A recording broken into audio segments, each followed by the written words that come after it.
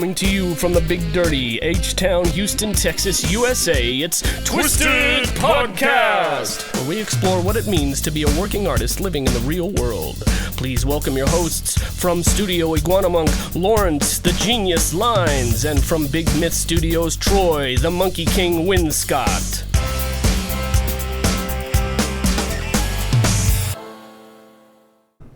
Episode 2. The Twisted Podcast. This is Larry Lyons. And this is Troy Winscott. That's right. And we're interviewing Ashley O'Shenanigans. Ashley O'Shenanigans, which is an alias. O'Shenanigans. O'Shenanigans. Which is a really interesting interview, I think. And I can't remember what else to say here. Well. But it is really good. We're just going to come right into the interview. Consistent with the rest of our intros. We're only in episode 2 right now. We'll figure it out as we're going. Anyway, now we're into the next segment, which is I Hate Art. I hate art. Art is stupid. Art is boring. A-R-T-T art. Based on the first podcast, right? We talked about Black Market Magazine. Yeah, Steven brought it up. It was one of his main inspirations, and we thought we'd go look it up. Right, and I was mistaken. I thought it was another magazine that was full of short stories, and but it's not. It was a zine based out of San Diego, and it mostly featured reviews and interviews with punk rock bands and alternative bands like Danzig and the Cramps and DOA and the Ramones, Butthole Surfers. But the interesting thing was how many issues, how many? Yeah, it was like, the funny thing was that over a 10-year period of time, they only put out about 13 issues. So it was from 84 to 96? 84 to 96, I believe. And if I'm wrong, you can write into the show and tell me that I'm wrong. But that's interesting, though, right? Because they have these interviews with, like, Danzig and Bill Paxton. Yeah, and actors like Bill Paxton, Wayne Newton. And they, so the strips, the parodies that he was talking about were just strips that were sort of filler in the rest of the magazine, right? Like, so you had these interviews, which probably were the main focus of the magazine, and then you had these filler strips that are like King Kong doing something stupid. So the things, that's such an interesting thing that, like, Steven finds this, or an artist finds an inspiration in this moldy book. Right. And the thing that we were talking about the other day is that it's such a weird thing that's missing. Yeah. And Justine is always talking about this too, my wife. She's always talking about, like, going to a bookstore and, like, wandering through the bookstore, which is sort of lost now because you just, if you're looking through a website, you really have to be more focused on what you're looking for, or somebody has to recommend it to you. Right. The idea of walking through a used bookstore and just something falling out and it, like, changing your life is kind of lost, right? And I don't say that it's missing completely, right? And, I hear there's other people that talk about it, like with movie rental stores and stuff like that. But finding a moldy magazine in a basement at your father's work when you're bored as shit, right? And then it turning into, like, this life-changing thing is sort of it's a rare experience now. It is. I think the experience was more akin to feeling like you had just found some kind of secret club. Yeah. Like in your neighborhood, like. As far as he could tell, it might have been the only copy of this thing that existed, right? Right. You know what I mean? He's not, like, going around going, man, this Black Market Magazine thing, it's like, now I see it everywhere. Like, it's at the convenience store, it's at the bookstore.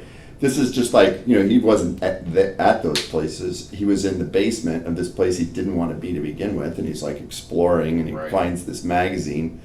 And that kind of experience, like, you don't necessarily have it, and it's that secret club kind of thing. And if you're on the internet and you find something, it's pretty rare that it's, you find something like that and it Right. doesn't already have 500,000 subscribers, right? Right. And it reminded me, him relaying that experience reminded me of like stories that you hear, or like my own experiences. Like you could run, your cousin gives you an Iggy Pop album, and you run over to your friend's house and like, hey, check this out, and you put it on. And Kevin Troy was explaining to me his experience like with Devo, like when they first got Devo in the mail. It was the vinyl, and they looked at it. They looked at both covers, and They got Devo in the mail, like from a record club. Yeah, they looked at it like gingerly, like examining the cover, and then they took it out and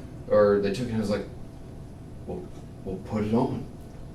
Like something was going to happen, like when they put the needle on it, like maybe some ritual magic would happen. Oh man, but that's it did, it's like he said he was absolutely a Devo fan from like that day on. I remember actually having an experience like that actually was the reason I picked up the guitar. Like I had been messing with it and toying with the guitar before, but my brother got Led Zeppelin 4 and his stereo was in his room. Yeah. And it might have been like 78, 79, something like that.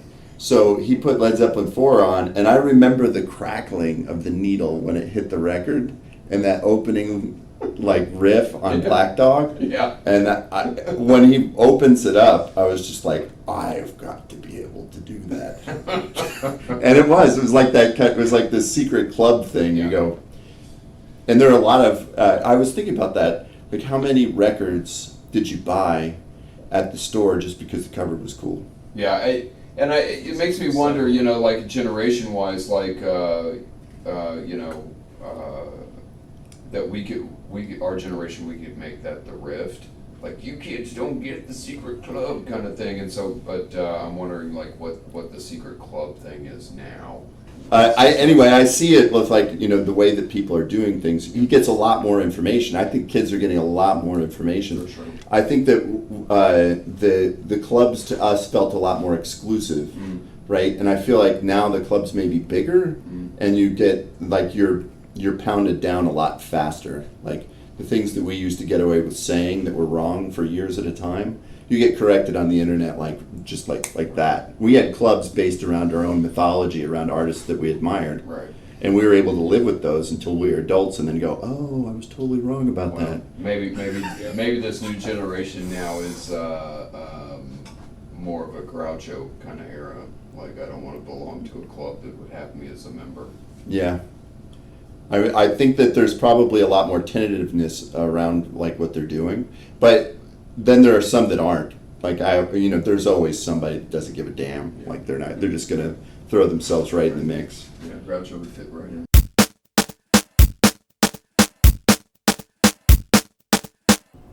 Art. Oh! Drawing inside the womb. Yes. Yeah, they was making womb paintings.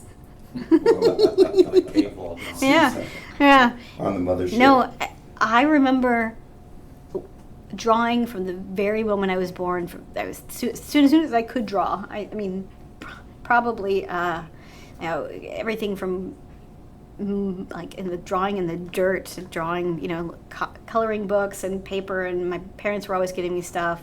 Kindergarten, I won some like award, so it's probably one of those things that encourages you, the awards that you get just because you're smart enough to make anything. And then I was like, I'm good at this, so I kept going with it. I have this book since I was a little kid where I used to write myself letters and stuff when I was a little kid, this book that would say like, what do you want to be when you grow up? And you would write it down every year in school. Like, I got it at some book fair like you do when you're a kid. And I wrote artist every year. Artist. Writer came in somewhere in like 3rd grade for a little while. I think nun and astronaut were in there for about 2 seconds till I realized you had to worship God and go into space. And then, and then it became, I hit maybe like 6th grade, and you start to get a little, I don't know, puberty, and it became starving artist. So it was much more dramatic, but it was artist every single year.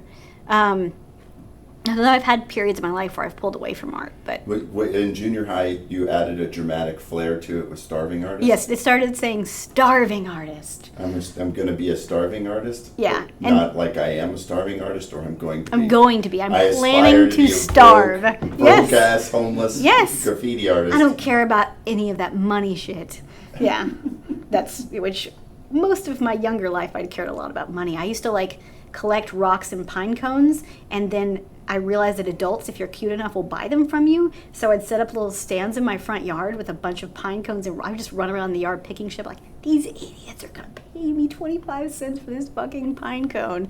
And I would sell them to the neighborhood. Cops too. Got $1 from a cop for a pine cone. Hey.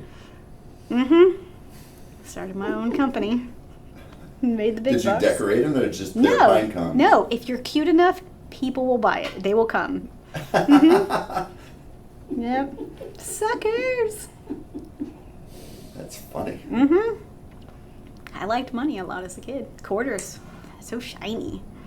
So, when you were later on in high school, like, did it just develop more, like, in your interest? I mean, were you getting better at it? Were you, like, in a school-focused training type of thing? It never stopped completely. There was, I think, like my freshman year in high school, I couldn't take art because of how the school was structured, and then my parents moved to the country, and I was able to be in art again, and I like dabbled in, like, I took theater classes and did a lot of wild and crazy things and stuff, but I always, and I remember my art teacher telling me I needed to pick one, like I could not be in theater and art, I needed to commit to art, and she really disliked me because of that, like she didn't like that I was doing both, but I guess I ultimately picked art, and I could tell you lots of fun things about my evil art teacher. Pick one. Oh, she was a bitch. That's Yeah. it. Yeah. Well, no. That's mostly it. Oh, there's got to be like a good cruelty story here. People, like, thinking about it, because I know you may or may want to know about people who've inspired me. Not my high school art teacher, other than inspiring me to teach to some extent, because she was such a horrible teacher. She would put down people all the time if you were different. Her daughter was like in my grade level or in my art class, and she was part of the kind of like the cool kids jockey crowd, and so her mother would make fun of anybody who was remotely weird and bully them and put them down. Why do you have to be like that? And then she couldn't understand. So my senior year in high school, I won all the contests they have. I won a bunch of, like, they had the spring show and the rodeo thing that you do, and I won them all, and she suddenly started being really nice to me and kissing my ass.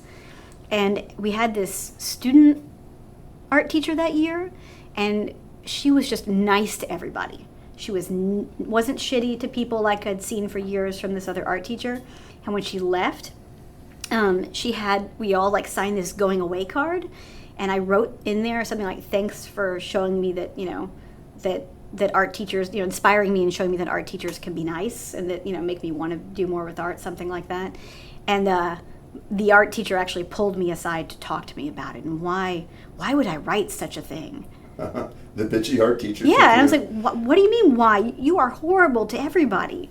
Anyone who's different, you're a total bitch. I didn't say bitch because I didn't want to go to the principal's office. But again. you did tell her. I told her, because yes, I always speak my mind. But it was like, it did take a little bit of that push of saying that in that card in that snarky way, when she said something about it, and it's like, I didn't care. So did the inspiration, did you just run off to art school? My first year, I went off to do art, and then I got fucking pregnant. And I disappointed everybody, and I felt like a failure in life. And so I didn't do art for a while after that. And then Your punishment for getting pregnant was not doing art. it really drained me, and artistically, I think. It's like, it's hard to explain. I don't think it was until... It was really sad. You don't want to hear me tell about it. So after the pregnancy, did you just build yourself up on your bootstraps and run back to art school? Nope. What happened? I went to become a psychologist. I was going to go get my PhD and become a psychologist. And I went to How far did you get in that? I got my bachelor's. I did honor, like the psychology honor society, and I did the bunch of these different research projects and did a bunch of jobs in that and everything. And I was doing all my applications to grad school, and then all my money ran out, or ran up, I guess, because yay, student loans. And so I ended up going to teach, thinking I'll just do this for a little bit. I'm just going to teach art, and just it'll be easy. And it was like the hardest job that I've ever had, and I kind of like. Did you always fell teach back little into it. kids? Mm-hmm. So it was. Shh, little kids. Do we tell people that? Well, that we're being anonymous, right? Okay. Yeah, we're still being anonymous. I'm just asking you, like, who you taught. Yes. No, I wouldn't have taught the big kids because they're way bigger than me. I don't want to teach people that are bigger than me. That's funny. They'll get lost. They already all get in the lunch line. Like, stop cutting in the lunch line. No, I'm a teacher. Oh, it's you, Miss It's you. Beep. Yeah. That's funny. Well, the 5th graders are taller than me, most of them, and they point it out every single day. I mean, I teach 600 kids, so I have kids coming in and pointing out, look, I'm finally taller than you, or look, I'm almost as tall as you. No, you're still 3 feet tall. I'm not 3 feet tall. But that's just like their favorite subject. So what are you working on now? Nothing. Not really doing anything. No, nothing. Oh, yeah, I am doing some stuff. Art-wise. Art-wise? Okay. So, after a long hiatus, and I know it's summer for you. it is. So That's why I'm so there's no sweaty right motivation. now. What? Shut up. I'm working my ass off for you, mister. So what are you doing now? Drawing pictures. What kind? Okay, so I'm doing. Do you want to take a break? I'm Is fine. it that distracting? No, I'm fine. Just Okay. it does make me more lethargic though. I talk like this. I'm drawing the pictures. It's hot in here. Okay, so I am doing stuff for Big Myth. I am doing stuff for a comic book that this guy Larry's writing, based on a poem by. Should we R. talk about Danley this? Johnson. Or is it R. Danley? She goes by R. Danley as a poet. What? She has a different special. Well, her name is Rebecca Johnson. Oh. And there are at least a dozen Rebecca Johnson poets and writers. Well, Johnson. And some of yeah. actual names, that like are famous. So you really can't. Montrose area. In the Montrose area, yeah. Oh yeah, I know the name Johnson goes around. In the Yeah, Northeast so she area goes quite by a R. bit. Danley. Yes, it's the Death on a Texas Road Yes. poem. So I'm drawing stuff for that. I'm drawing stuff for the public domain comics that we're doing. Which one? Tank Commandos. U.S. Tank Commandos. They have to sing it. What? U.S. Tank Yes, Tank Commandos. I got stuck with the tank comic. Oh, come on. and guess get who has stuck. never drawn a fucking tank in her life? Or guns. I'm like, how do you draw guns? They're like sticks, right? Sticks? With buttons on them? Pew, pew. They make that sound when I'm drawing them. I just sit there going, pew, pew, as I draw them. And those little, like, slingshots, Dashes. maybe. first and second grade Yes. boys Exactly. dashes. Yeah, that's how I'm drawing it. Pretty much. They are 2 rectangular boxes. That's how I draw my guns. So, but I like doing things I've never done before. So, Yeah. it's just And what's how the it story? looks What's stupid. that story about? Oh gosh, have Troy tell you because he's done No, some I'd fun rather little hear you- tweaks you- to it. you I'm try not to saying explain it it out first. loud. No. Is it a love story? There's a guy. No. I don't, no, Steven, the big hippie dude over there, he got the love story. And I end up with the tank story. I think that's great. Yeah. The 2 tanks do fall in love, though. No, just kidding. They do it on page 12. Yeah, they do it on, yeah.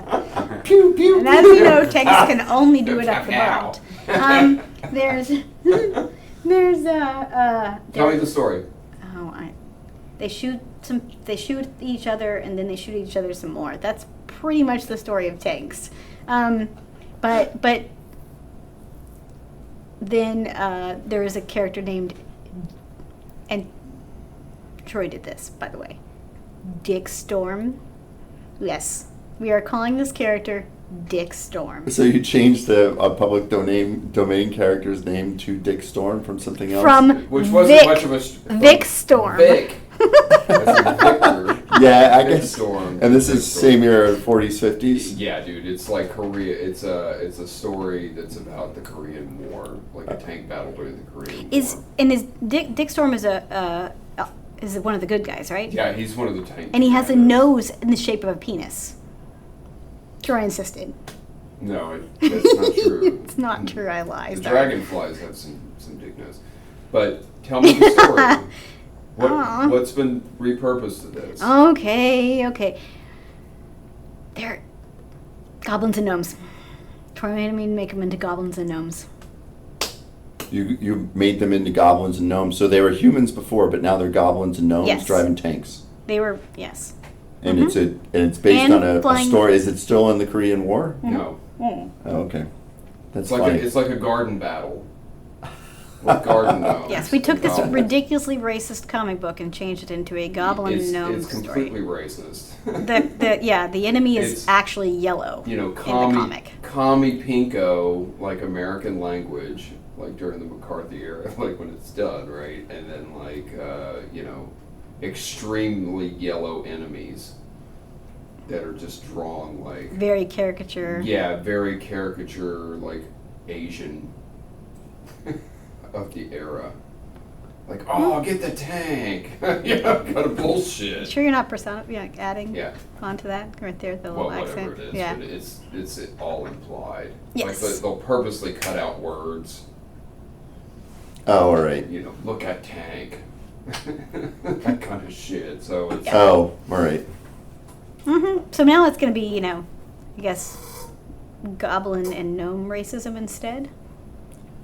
It's an interesting idea. Should hear the stuff those gnomes say about those goblins.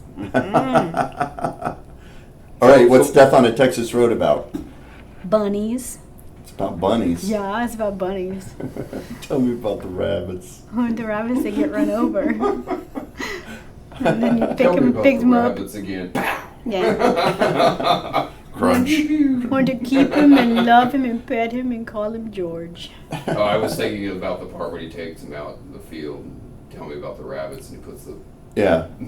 pistol at the back of his head, blows his brains out by the river or whatever it is. I don't actually know that story. I What is only that? know that line from the people that I hung out Wait, with for what's so that long. from? Of Mice and Men. Yeah, it's the movie. Oh, yeah. He's always. I think of telling the about rabbits, cartoon. and I then go he straight to the finally, cartoon. That's Kills the my girl, background. And he takes him out like a dog to the river. Tell me about the rabbits. Fucking just caps him in the back of the head. Some hobo loving there. Yep. Hobo humanity. So, all right, what's the story about? I'm interested. I know I wrote Right? it. Well, no, but I you'll don't- interview me at some point and ask me about something. Right. Like, I don't know the whole story yet, but because I've only gotten pieces. I think you guys know it more. But there's a girl. She's running over rabbits. She goes into a cafe. The cafe is weird, and she goes off into the desert. That's it. That's the story as I know it. That's the But no. story from the character development side, which is Yep. it's funny, like how segmented the operation ends up being. I know this character, I'm drawing it. Like that's good. I like that. I like that perspective on it. Mm-hmm. So I'm giving you the summary. yeah. How did you approach the project? I drew it. Troy said that's bad or wrong. I drew it again. Troy said that's terrible. I drew it again. No, that's not really how I approached it. What? Don't look at me like that. Well, we've been doing it like assignments. We've been getting together and been given assignments, and then some of us do our assignments, and then we don't come together again. Sorry, that was bad. And then Larry has the character sheets with the descriptions. I've had portions of it I've been able to read, and then I've been asked to interpret characters and come up with concepts. And I've done, kind of did some at random, and then kind of got focused in and assigned more specific ones that I'd done things with. And last time, Larry said, I need some inspiration for these characters, go with it, be weirder, and do some interesting stuff. So I did some other ideas, and they worked better. And from here, now I'm supposed to be developing those specific characters more. So at this point, it's just sort of character development. And so far, it's just I don't know, still figuring it out, kind of, right? It's been months a month maybe on character development so far. Yeah. Yeah. Were both projects approached the same? They were similar, but there's a lot more information for Death on a Texas Road from the very beginning. The other one was I had nothing other than draw some goblins and gnomes and some goblin-y gnome-y tanks and planes, and that was all I had in the beginning. I guess I was told there's kind of a tank story and we're changing it, but I have very little information. And then when I brought that back, I got to see the comic book it was based on after the fact, and then tweak things a little bit more. But yeah, I mean, it's still like we're meeting every 2 weeks and we're going over what we've done so far, and so far it's just concepts, and now we're getting more into the development phase. So I want to ask a question from before, or just kind of roll back a little bit. About me being pregnant? No. Because I know how this group evolved in Big Myth and how we all got together, and we all know that story, and that's not the thing, because if I said, how did you get into this project, then it would be about the relationships in the room. But if I'm going to ask you, did you want to do a comic book? Was it something that occurred to you before? Well, so when I started getting back into doing art a few years ago, and I realized I'd lost it, and I realized how much I missed it, and I dedicated myself to drawing every day, right? And one of the things that I decided was, along with drawing every day, that I was going to try to do things that I always felt that I sucked at. If I felt that I was bad at it, if I felt that it was something I hadn't done before, then that's what I was going to do. And specifically, line art and anything with pens and ink, comic book drawing, probably one of the reasons I was so attracted to it was because I felt like, ooh, I can't do that. That looks really hard.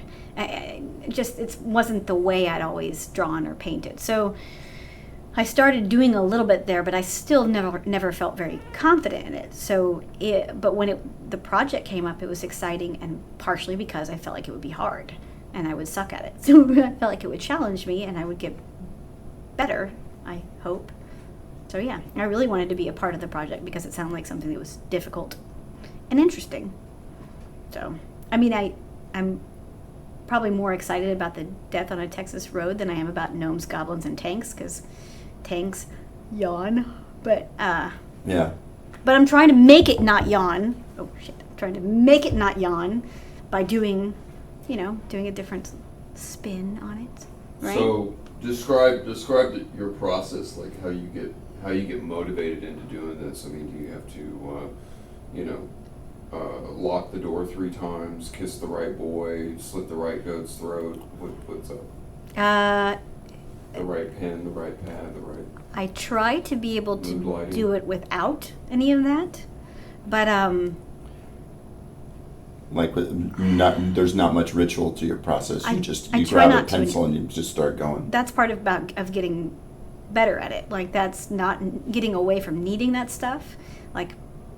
Being able to do it on a moment's notice. So I carry my sketchbook with me everywhere I go.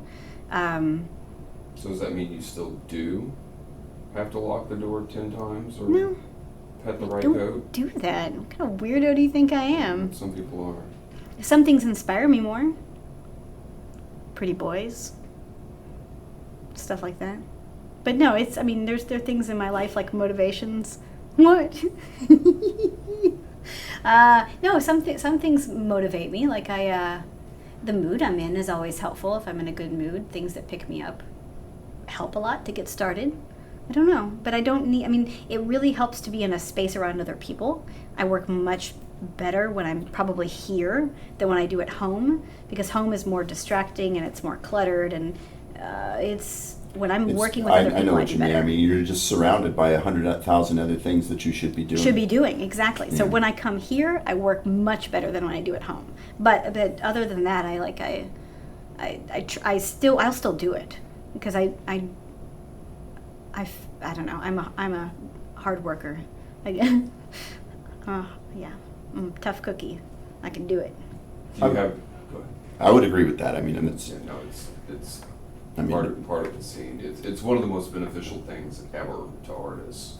being around other artists. Well, and- that's not how you work. I mean, I know people who have to burn the right incense and be locked in for a year, but yeah, I know a lot of those Well- people, in fact, but I can catch a wave where I find myself extremely motivated and inspired, and the goal there is to keep on that and ride that wave. So I'll stay up till 3, 4 in the morning working on something because I feel that moment more than another time. But especially because I've been doing it so consistently, when I decided to draw every day, I've reached a point where I can be more consistent about it and not just have to have those waves of, oh, I'm so inspired right now.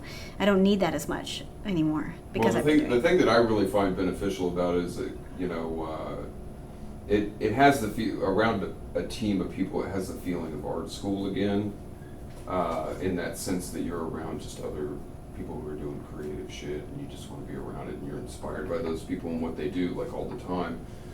But then when you have a team of people that you work with and you start to become compartmentalized and you have a problem that you can't solve, someone will inevitably go, "What are you working on?"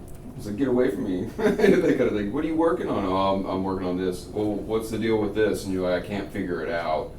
I think I should use some elaborate solution or material or whatever," and then they have a different view because they're outside of what you're doing, and they just go, their solution becomes real simple. It's like, "Well, why don't you just use Elmer's glue or Scotch tape or whatever?" And you're like, "Oh, shit." Yeah. And so they instantly have a solution for your problem that you've been working on for 3 days. And I have like a couple of different things because I write and then I play music, and music is a totally different medium.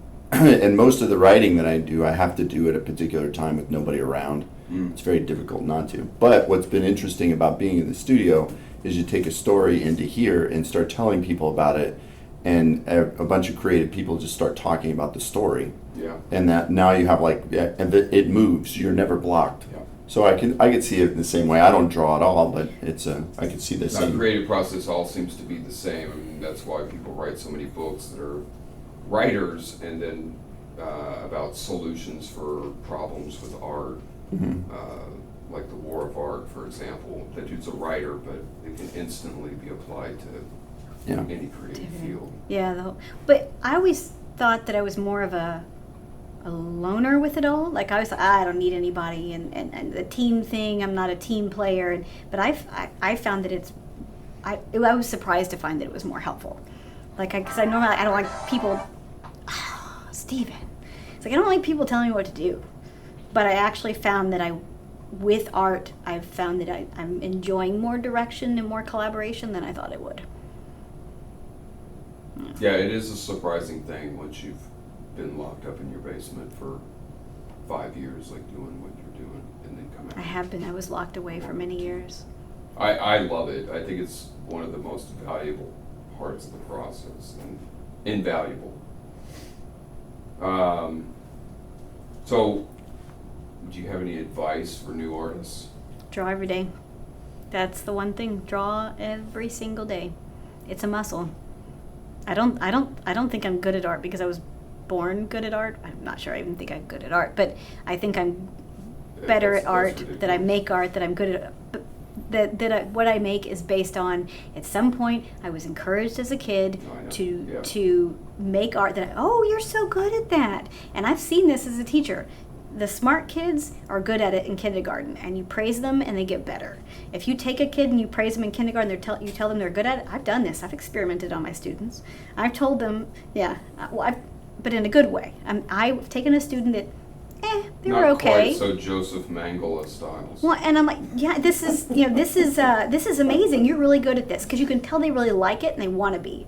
And you keep telling them that, and I do this with all of them, but I've seen it really go with the kids that catch on, are interested in it, and want to be good at it.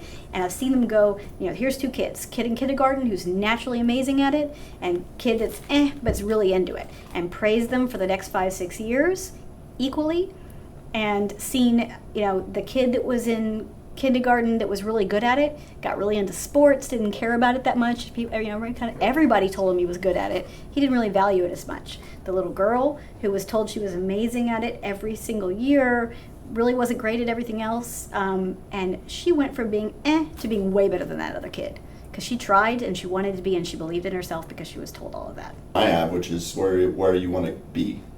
Where do you want to be with art? Oh, or even career, making money. So anything. What I've does your thought future about look that like? a lot lately, because that's I want to be able. I like teaching to some extent, but it's very restrictive in a lot of ways. Like, I think it got me where I want to go, but I don't. It's not what I want to do anymore. So I want to figure out how I can what I can do with art to continue doing that and that alone. And I actually am in the middle of buying a house that has a huge fucking art studio, air conditioned, by the way, people, air conditioned, unlike some other places I know. And so I'm looking forward to seeing how I can use that in my future plans. I mean, I can always supplement my income with teaching, but I would like to find ways that I can make money entirely through art. And granted, what I'm doing with Big Myth I like too, but I have a lot of my own projects that I want to work on, which I need to figure out how to find time for. Probably two big pieces. Like, I have a lot of paintings. I have various series of paintings that I want to finish and I want to work on finish, or I want to work more on. Like, I have a notebook full of, I have the next 4 or 5 huge paintings planned out, and I know exactly what I want to do, and I still don't have time to work on those. So I want to find time to work on those. And then I have, I really am interested in children's picture books, like the ones that have no words. I like stories that are told entirely through images that leave a lot of room for imagination.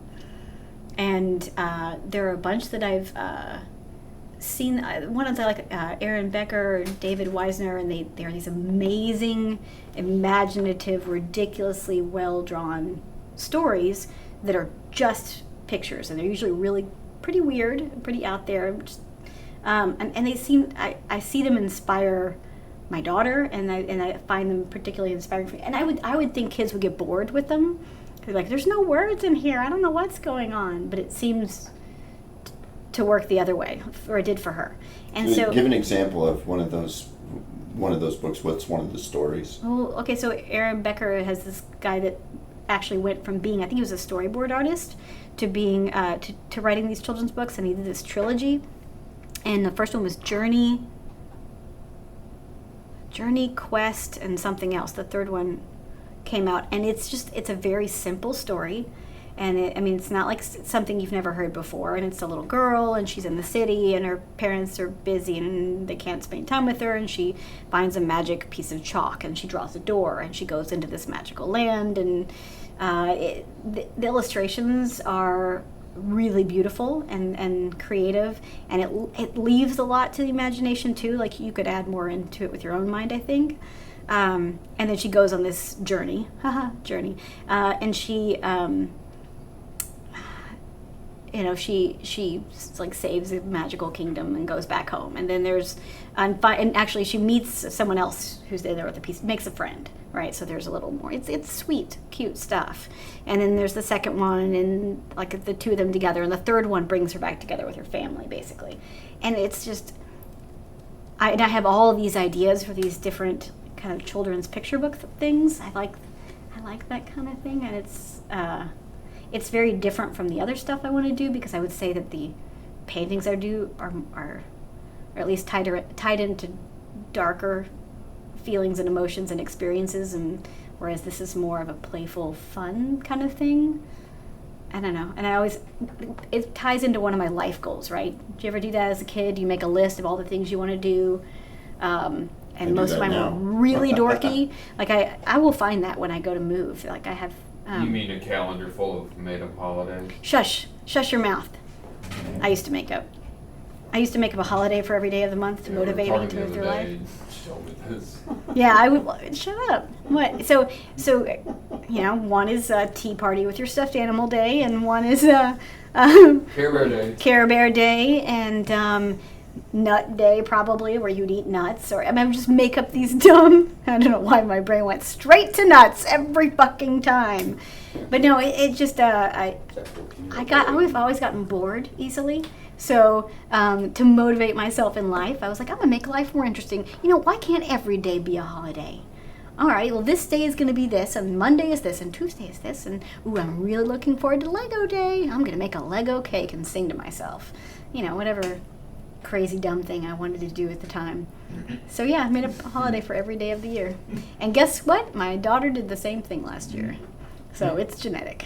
That's funny. Mm-hmm. So let's remove the money from the equation. Where do you see yourself going on with fine art in some way, or Paint, draw every day. Paint, draw every day. Yeah, read comics. So if you didn't have to deal with the money situation, Dance, sing. Yeah, that's what you would do. I would dance, sing, draw, probably some writing in there too, maybe, I don't know, but more drawing and painting, yeah. Yeah, that would be what I would do. All right, favorite comic book, we already asked that, didn't we? Oh, they're mostly all superhero ones. There's a few though that I'm starting to read, like someone had recommended. Oh, current, yeah, that's what I wanted to ask. So currently comic books I'm reading, there's a couple, although I've slacked off, I've been so busy lately. So I've started reading Charles Burns' Black Hole. Have you read that one? Have you seen that one? You know what I'm talking about? Yeah. And of course, so when Steven started reading Sandman, and I've always loved Neil Gaiman writing and books and comics, and so I started reading some of those every now and then when I can. I really love I'll read any comic books that are like by anything Alan Moore, Grant Morrison, like Jeff Johns, anything those are all favorite those are all favorites. The run on Justice League, the New 52 one that just wrapped up before they switched over to Rebirth. That was all really, really good. And I think those are the ones that they're really looking to. They've made a bunch of like animated movies from them, and I think they've probably been looking to those for some of the current movies because those are really amazing. And I really enjoyed the New 52 Batgirl for a while when it was written by Gail Simone. I love anything that she writes. She's a really good female writer. Isn't she a redhead? She is a redhead. She's a very inspiring redhead. Yeah. And I've always been a big Batgirl nerd. Especially so she didn't do Barbara Gordon. No, she did. No. So they started, New 52 did a Barbara Gordon gets her back healed. Gail Simone did Birds of Prey, so I was already familiar with her from doing. No, I mean, is she writing anything else now? Now? Yeah. I was just looking for that recently. I know she's done Wonder Woman. Look it up and see what she's doing. I haven't looked it up in a while. No. But Barbara Gordon. All right, thanks. See if I help you out during your interview. Well, I'll do it later. Barbara Gordon, was like watching the 60s Batman. She was totally my, Yvonne Craig, right, with the red hair, was my first kick-ass superhero female. Yeah. It was she had red hair like me. And then I read an article by Gail Simone a couple years back. I think it was when Yvonne Craig died, and she was writing it. She said the same thing. She was also like a redheaded, probably weak and puny like me. And it was just so cool to see there is a chick kicking ass on TV, because you don't see that very often. It's probably why I latched onto Star Wars so much as a kid. And I was like, Princess Leia was a badass. That as a kid, you don't, especially back in, I was born, late 70s, so in the 80s, there was not a lot of, inspiration for cool chicks out Outside there. of Linda Wonder Woman. Well, oh yeah, I loved Wonder Woman. Yeah, Linda Carter, she was awesome. But Batgirl was a redhead, and that was a big part of it too. It was like she's just like me, Yeah. and she likes books. She Until works in Terminator, library. right? Yeah. And then the first one was just a bunch of her being dragged around by somebody saving her, and then she turned into a badass. Right. But yeah, you're right. It wasn't a whole lot. Mm-hmm. But yeah, I guess that's what. I was reading old Marv Wolfman Teen Titans, and what else have I been reading? I don't know. What else? Comic book wise. That's quite a okay. lot. So it's awesome. I'm gonna bring all my comic books in here while I'm moving, so you can all just peruse them. If you make sure you put my old Teen Titans back in the sleeve. These are original Sandman too. They stay in the sleeves because they're old. They have awesome. No, mostly I'm not a sleevey person, but they're awesome. You can look on the back, and they have all the old advertisements from that time period too. Those are really cool. Right, go see Bill and Ted's Bogus Journey. I'm like, I know, right? Or a single white female, or whatever it was on TV at the time on the back. Ridiculous. That's funny. So what do you think of the Teen Titan adaptation for Cartoon Network? I don't like it. You don't like Teen it? Titans Go. No, Yeah. no, the other one. Which one? The original. Oh, I have watched some of that. Teen It's pretty- Titans. Yeah. Well, no, that's okay. That's okay. I liked And it still had a goofy. Young Justice thing was to it. pretty cool. No, absolutely. That was cool. But no, I'm not.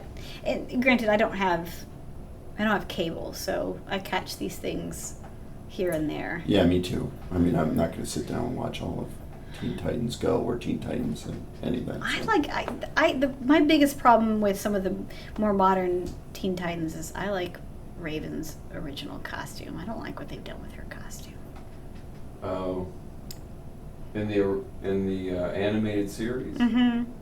It's dumb. Are we still talking about Teen Titans Go or just the? I think both. I think the modern versions of Raven are both like. I don't like it. Well, that show never went that deep. I mean. I know. Unless you're talking about. But the whole Raven's costume in general nowadays, I liked her original costume better. Is it too goth? Her original one was probably No, the new one. No, the new one's just too spunky, purpley, sparkly. Look up her old one. It's just. No. I like all of their original attire. I'm just hooked on it. Okay. You know. Yeah. All right. Any other questions? I don't think so. Or do we have any way to close this thing? It seems Thanks like for doing this. Thanks for doing this with us. Okay. Thanks for having me. Thanks for having me. Sorry. Bye. Later. Or lates, as Troy would say.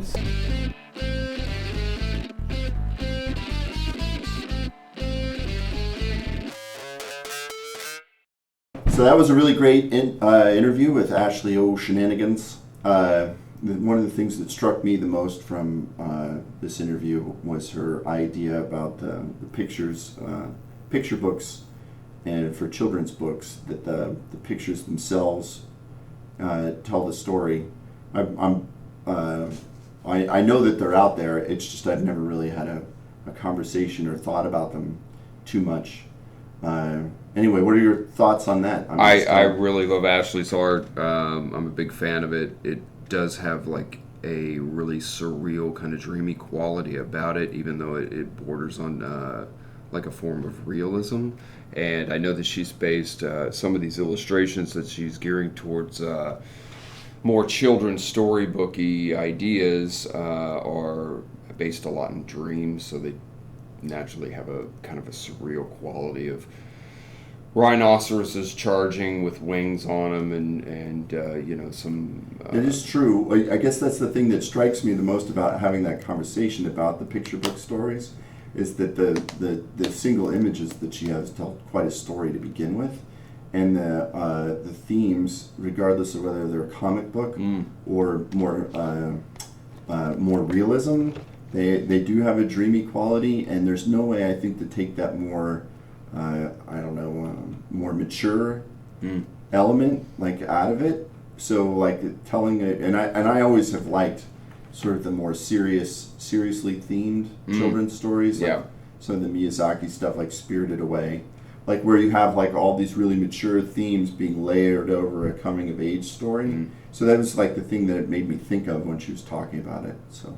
Yeah, most definitely, and her technique is painful. I mean, as an artist and looking at it, trying to kind of decipher or like figure out her process. It's if you've ever seen one of her paintings, it's kind of you're labored to find where brushstrokes are, and they're very technical, and you can tell that they're painstaking to get through. We're going to have to put a lot of links to stuff so you can see. I know exactly what you're talking about, because you can be across the room and then you want to get closer to see how it's put together, and you're no wiser by getting closer. Right. It's a great style of art. Awesome.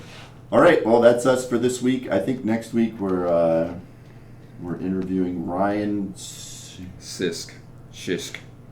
Ryan Shishk is a writer. So that ought to be really interesting, and we'll see you next week. Thank you for listening to the Twisted Podcast. For show notes, go to twistedpop.com/twistedpodcast. Merchandise at bigmyth.com. That's big-mith.com. In association with nquit.com. Until next time, this is the Twisted Podcast.